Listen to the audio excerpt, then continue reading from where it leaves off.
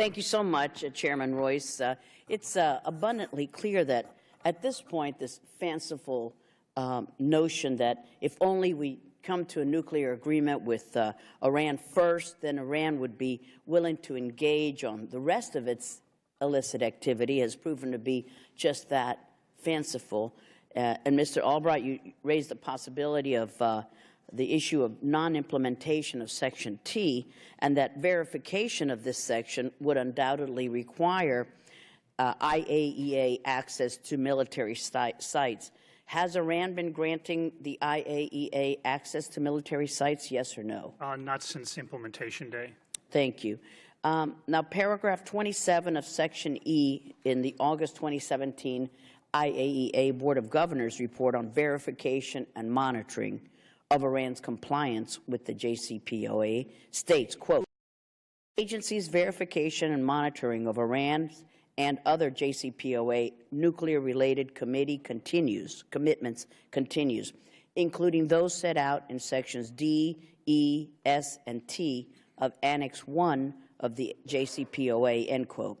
If the IAEA is not getting access to military sites to verify Section T, how is verification and monitoring of this section taking place, and how is Iran in compliance? Well, I think the IAEA leaves out many things from its reports. I mean, I spent a lot of time talking to governments in Europe, people associated with the IAEA, to try to learn things. And it's just a decision that the Director General made that he's not going to be very transparent.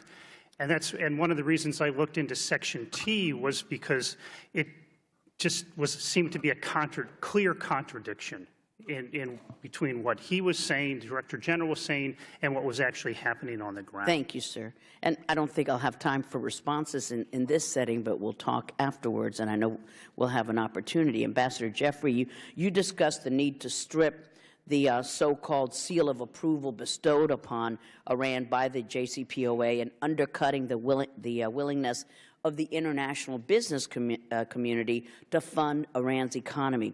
And you also talk about strengthening the U.S.-EU anti-Iran alliance. But the reality, as we know, is that EU nations have been unwilling to take any anti-Iran action, partly for fear that Iran will leave the JCPOA, but also in large part because they have concluded billions upon billions of dollars in deals with Iran. And I would ask you, we'll talk later, to your knowledge, has the EU imposed any new non-nuclear related sanction or designation against Iran since the JCPOA? And how do we get the EU on board when its member states have given their seal of approval and opened up Tehran for business?